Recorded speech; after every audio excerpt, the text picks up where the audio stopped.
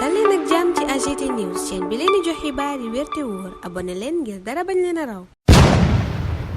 AGT News. Bismillah daleen ak jàmm ci chaîne bi ngeen taamul seen bopp AGT News xibaar yu bari la yéene kaay yittewoo ci àjjuma ak tey ji ñetti fan weeru mai atum 2024 l'info xëy yeggee ñu ne njiitu réew mi am na ñu mu falati démb gannaaw conseil des ministres bi journal bi jàpp ci ne président Bassirou Diomaye Faye ngay wéyal démaquillage ba nitu Macky Sall yëpp ma ngay wéy di leen bale le réveil ne ko maa lay wax ñañu bale ñëpp démb gannaaw ndajem conseil des ministres bi le réveil ne Maguette Sène Diouf Sarr Abdou Karim Sall Abdoulaye Diop Ousmane Sylla ak ñeneen ñoom ñëpp bale nañ leen ña leen wuutu le réveil di leen lim tàmbaleeg Babacar Gningue mi ñu fal directeur général du fonds souverain d'investissement stratégique muy FONSIS mu wuutu fa Abdoulaye Diouf Sarr Dahirou Thiam moo wuutu Abdou Karim Sall ca ARTP Assane Mbeng la nu fal directeur général Dakar Dem Dikk mu wuutu fa Ousmane Sylla Ndéné Mbodj yéene cabinet mooy njiital COUD gu bees gi di centre des œuvres universitaires de Dakar moo fa wuutu Maguette Sène Ousmane Cissé ma doonoon directeur général SOMISEN di société des mines du Sénégal yéene cabinet Ngagne Demba Touré jël palaasam moom greffier bi jiite it jeunesse patriotique bu Sénégal journal bi ne moom la ñu tabb ca boobale place Aminata Sarr moom la ñu tabb muy jiital TDS SA société anonyme télédiffusion du Sénégal mën na fi satu Diouf jiite woon Ndeye Rokhaya Thiam mooy directeur général conseil sénégalais des chargeurs COSEC mu wuutu fa Abdoulaye Diop Abdoul Niang journal bi ne mooy njiital SONES gu bees gi wuutu Charles Fall Mamadou Habib Diop la ñu tabb directeur général société africaine de raffinage di SAR mu wuutu fa Mariane Ndoye Decrène pal ga ca mujj yéene kaay bi ne mooy bu Ibrahima Bam mi ñu tabb directeur général société nationale des chemins de fer du Sénégal mu wuutu fa El Hadji Malick Ndoye l'indépendant tuddee falak foll yooya grand lessivage point actu gis na Diomaye ak Sonko kay ña ngay wéy di teg seeni nit réew mi quotidien it na Diomaye ak Sonko ña ngay teg seeni nit fii ak ñuy doxal appel à candidature journal bi ne démb tabbati nañu ñeneen ca direction générale yu bari maître Ngagne Demba Touré kenn ca ñeñu tabb journal ba ne moo jiite SOMISEN ARTP Dakar Dem Dikk COUD COSEC SONES SAR CFS TDS SA FONSIS yéeni kaay bi ne ñoom ñépp am nañu njiit yu bees yooye la l'observateur tuddee waa deuxième vague bi di ñu xamaleek ñoom fësal yenn xarkanam ci xëtam gu njëkk xët googa it ñu fekk fa Aminata Touré miy wax ni mu choqué la ko choqué ma ngi koy wax ca biir journal ba waaye it ma ngay wax ne ku ànd ak nit gañe dangay ànd ak moom gouverner maanaam ànd ak moom yor réew mi Aminata Touré ne yor googa nag faaw ñu gën cee jox wàll jigéen ñi ndax am na fi tey jigéen ñu am compétence amit engagement gu mat sëkk gu war a tax ñu am lu ñu leen dénk ci réew mi ñu liggéeyal askan wi ñi sàcc alalu askan wi nag Aminata Touré nee na ñoom ñépp dañoo war a rendre compte jamono jooja sax la tribune di laaj gannaaw ba ñu fësalee rapport yi ana kañ la ñuy tàmbali opération goxi maanaam ku ne la nga sàccoon nga génnee ko la tribune ne sàcc alalu askan woo waak nañ ko doon caxat-caxatee loola ministre des finances am na ci responsabilité bu rëy yéenekaay bi nekk kooka di ministre des finances mooy patron direct bu direction du budget et des impôts et domaines ba tax na lépp lu ñu def ci alalu réew mi def ko it ci suuf si muy foncier bi ministre des finances dafa caa am responsabilité bu rëy maanaam da caa taqrip yor bi nekki taqrip mbaa ki taqati rip mooy maire bi di Thierno Diagne yéenekaay bi ne tuddati nañu ko ci coowal suuf di escroquerie foncière ca Gandigal Thierno Diagne yéenekaay bi ne OFNAC da koo jàppoon loxo ci poos ci détournement buy tolloog juróom fukki millions ak juróom-ñaar loola waraloon ñu tëjoon ko kaso fukki fan ak ñeent weeru mars atum 2022 pour faux usage de faux dans un document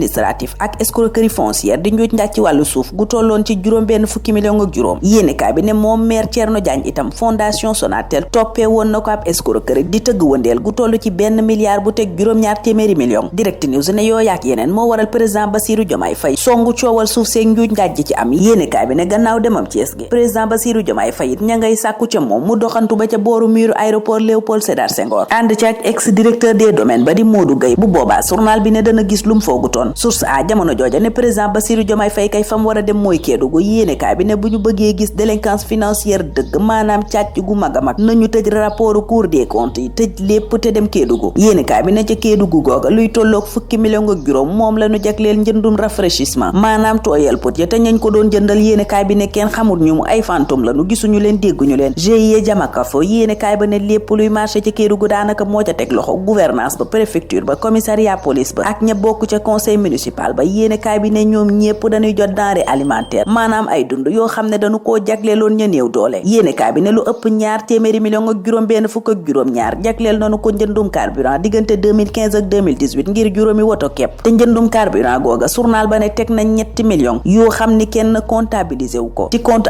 administratif u maire ba. journal ba itam limati lu ëpp ñaar fukki million ak ñeent yu nu ne jëndee nañu ko ay lubrifiant ngir juróom benn woto yoo xam ne benn ba daanaka baaxatut. doxalin wu bon yi ñu doxal ci semence yi ñu waroon a séddale maanaam jiw yi libération ca loola la xëy yeggee ñu li ci rapport Cour des comptes fësal muy ay prête-nom ay commission supervision yoo xam ne opérateurs yi dañu leen doon ger ay ministre député kilifa diine ak ñu bokk ca Haut Conseil des collectivités territoriales yéene kaay bi ne ñoom ñëpp dañ doon séddoo jiw yooya ku ne da daan jot lu rëy rëy te kenn du ko justifier fenn maanaam joxe bi yaa ma neex képp la woon. libération teg loola wax ci kit de dialyse yi ñu doon surfacturé yéene kaay bi ne 3 milliards lañ daan teg ci njëgu kit de dialyse yooya at mu jot ay chef de service ak directeur hôpital yéene kaay bi ne ñoo mujjee dugg ca moomale business ku ne diwut loo ca am. journal bi ne lii ak leneen la Hamidou Diallo ndem si yàlla mi yoroon kàddu ñi amee woppi roñoo ci Sénégal doon ñaawlu ba keroog muy génn àdduna. tey nag rapport yi président Bassirou Diomaye Faye wax ne nanu ko fësal feeñal na lépp lu cay njuuj njaaj ngir saafara njuuj njaaj gi ci suuf si nag Walf Quotidien nee na président Bassirou Diomaye Faye ñaari ngànnaay la nar a jëfandikoo bokk na ci exception d'illégalité réglementaire waaye itam désaffectation maanaam ñenn suuf yan joxoon ñenn yi ñu nanguwaat ko. journal bi joxoñ moom suuf sanu ko jox ca Sandiara muy 4,3 hectares yamu fa am coow li am tey nag Sud Quotidien ne ñu OFNAC artu woon na ci ca 2020 journal bi ne kuréel googa di xeex wàllu ger xamle woon na ni ci Ndakaaru Thiès ak Mbour nit ñi séddoo suuf saak di ca def naka sudul noonu dafa jéggi dayoo yéenekaay bi ne OFNAC it gisoon na ca ger gu jéggi dayoo taxoon mu joxoñ ko ci rapport OFNAC bi gannaaw ba mu ko joxoñee ci kit de dialyse Carrefour Médical ma ngay indi ay leeral ca enquête booba lépp journal di wax yi ci liggéey yi nu dakkal ci waxi Ndakaaru yi di littoral bi mu ne yëf ya dëppoo naag yoonam déet loolaay coow li fi mu ne maître Doudou Ndoye di avocat ne président Bassirou Diomaye Faye amul sañ-sañ santaane ñu dakkal liggéey yooyu Alioune Tine mel ni ku naan war na koo mën a def ndax ni ñu jëlee suuf si ñëpp bokk géej gi ñëpp bokk bëgg koo aaki moo ñoom ñenn ñi ne ci kaw loola du dëgg du yoon bëgg Dakar dem di ko teguwaat ci yoon nag Les Échos ne moo waral président Bassirou Diomaye Faye santaane ab audit bëgg nañu xoolal ko parc bus ba xoolal ko ressources humaines maanaam nit ñi fay liggéey xoolal ko itam yorin wa di gouvernance globale bu Dakar dem dik président Bassirou Diomaye Faye yéene kaay bi ne bëgg naa xam BRT bi naka lay doxee waaye itam lan lañ ci waajal Ousmane Sonko moom booba jamono journal bi ne ma ngay doxal 100 000 logements ya yéene kaay bi ne da cay def maintien maanaam du ko fi jëlee da koy wéyal wax na itam ne ay mesures yu ama am solo di matukaay danañu ko jël du yàgg dara bokk na ci wàññi li état yi dundee muy train de vie de l'état waaye itam nee na danañu fexe ba li askan wi gën a jëfandikoo di denrée de première nécessité yi ak lépp luy produit pétrolier ñu subventionné ko ba mu gën a woyof ci askan wi système rémunération fonction publique maanaam ñiy liggéeyal nguur nanu leen di faye it Ousmane Sonko nee na dañu ko xoolaat mu gën a tegu ci yoon gën a itam yemoo ay coppite yu ama am solo yi journal ba ne ña ngi koy xaar ca laas moom Sonko muy fësal ay priorité bokk na ci wàññi njëgu dund gi ba mu woyof ci askan wi waaye itam indi ay réforme fiscale campagne production agricole 2024 it laas ne Ousmane Sonko koy waajal bu baax projet 100 000 logements yi nag mel na ni ko jàpp ne lu baax la ndax yéenekaay bi nee na da koy wéyal Dakar Presse nañu Ousmane Sonko kay promettre na ay mesures concrètes ngir woyofal njëgu dund gi ci kaw askan wi démb la ko xamle gannaaw ndajem conseil des ministres bi moom Ousmane Sonko Dakar Times sa ngay wax ci xëtam gu njëkk ne Cour des comptes daf ko weddi moom premier ministre bi tey yéenekaay bi di ko laaj ana fu ñaar fukki milliards ak juróom-ñeent yi Prodac yi ne fii ak tontu lay ñëw ca le peuple quotidien Tunkara ngay jubbanti Jomaay ak Sonko naan leen moytu leen projet bi doon morne maanaam juddu rek faatu accident yi wéy di faat moo waral 24 heures ne président Bassirou Diomaye Faye sàkku ci ay jëwriñam ak lépp luy service u état ñu def kéemtalaay kàttan ba yokku kaaraange gi ci yoon gi journal bi ne Bassirou joue la sécurité kaaraange la bëgg ci tali bi te nee na loola nanu fexe mu doon lu sotti ci nu mu gën a gaawee le quotidien ne gannaaw ba mu demee këru diina yu bari moom président Bassirou Diomaye Faye tey jii ñu ngi koy xaar ca Daaka bu Medina Gounass journalu Madiambal Diagne it gis ko muy toppi tànki Macky Sall ci wàllu politique publique ndax yéene kaay baa nga nuy xamal ne programme ba nu sekkoon ak FMI président Diomaye daf koy wéyal dafa it wéyal projet 100 000 logements sociaux yi ak bourse de sécurité familiale yi le soleil di ñu yëgal ne ma ngay waajit états généraux des transports publics moom président Bassirou Diomaye Faye journal bi ne lataa weeru juillet fas na koo yéenee tëgg démb ca conseil des ministres ba xamle na ni lu ni mel la ko waral mooy bëgg ñu indi ay coppite ci wàllu dem geeg dikk gi ba mu gën a yomb ci askan wi gouvernement ba it yëkkati nay càkkuteef jëme ca ñoom bokk na ca nanu saytu këru liggéeyukaay bi yëngu ci wàllu dem ak dikk muy Dakar dem dikk waaye itam BRT mi ñu sos yàggut dara Gaston Mbengue mi def lu ëpp fanweeri at ci làmb ji te génn àdduna barki démb sunu làmb booba jamono ma nga ñu yeggee lu ñu bari umpale woon ca moom l'indépendant ne jébbal nañu ko sunu borom démb ca sëgu jullit ya ca Yoff journal ba ne daanaka ñépp a ko delloo njukkal rafetlu itam taxawaay gi mu yàgg am ci làmb jaak ña ca yëngu ñun ca loola lañuy taxaw tey ñaanal leen kendal ak jàmm dig dajee ëllëg incha allah. AGT News.